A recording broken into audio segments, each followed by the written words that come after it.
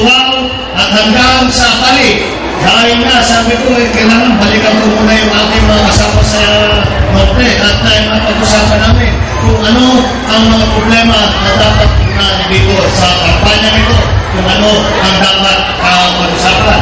Alam mo kami, pamilya Marcos, lahat ng iba't ibang partido lumalapit sa amin na makipagsama sa kanila. Yung iba't ibang presidential candidate lumalapit sa amin para sumama sa kanila. At pinag-aralan namin ng mabuti ang iba't ibang partido, ang iba't ibang mga naging kandidato. Kaya naman, namili ang pamilya Marcos na dala ang Kilusang Bagong Lipunan na makipagsanib pwersa sa Nacionalista Party dahil sa aming tapat na paniniwala na si Manny Villar ang magdadala ng magtatapos ng kahirapan dito sa Pilipinas. Nasa sa kanya ang karunungan, nasa sa kanya ang paghahanda na para na iahon ang kanyang sarili, iahon ang kanyang pamilya sa kahirapan. At kailangan kaiba na ipagmamalaki ko sa inyong lahat at ipagmamalaki ko sa buong Pilipinas na kapag pinag-usapan ko ang agrikultura, halimbawa, at sasabihin natin, kaya natin ayusin ang agrikultura para hindi na tayo nag-import sa ibang bansa.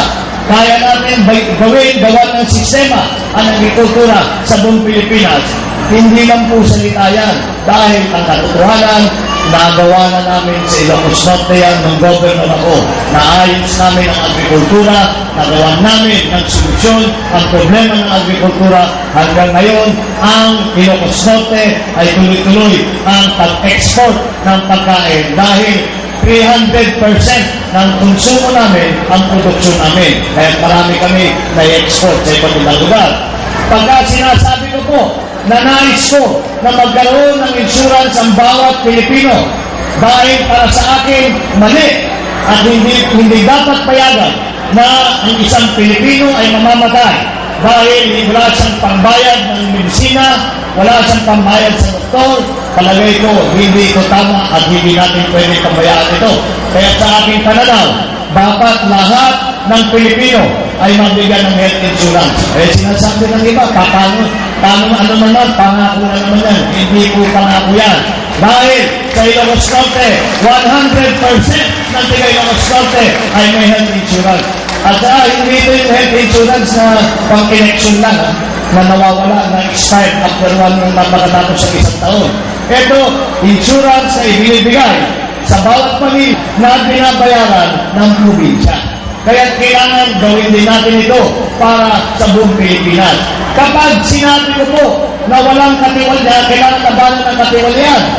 Dahil na hindi lang po salita yan na masasabi ko, nung panahon ko bilang gobernador, may isang salita wala tayong naririnig at malinis ang patakbo ng pagpamahalaan ng local government.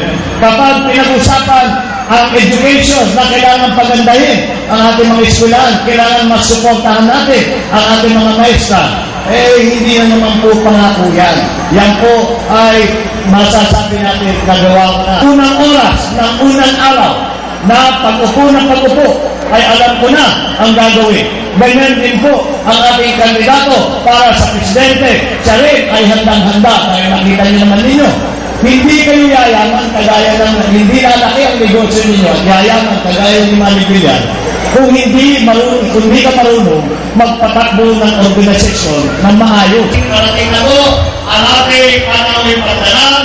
Nais ko lang kayong matiin lahat at ipagpatuloy ang inyong hihilingin, ay ipagpatuloy ang inyong suporta, ay ipagpatuloy ang inyong pagdalala sa pamilya Marcos at sa ganon ang ating mga pinapamahalan, ang ating mga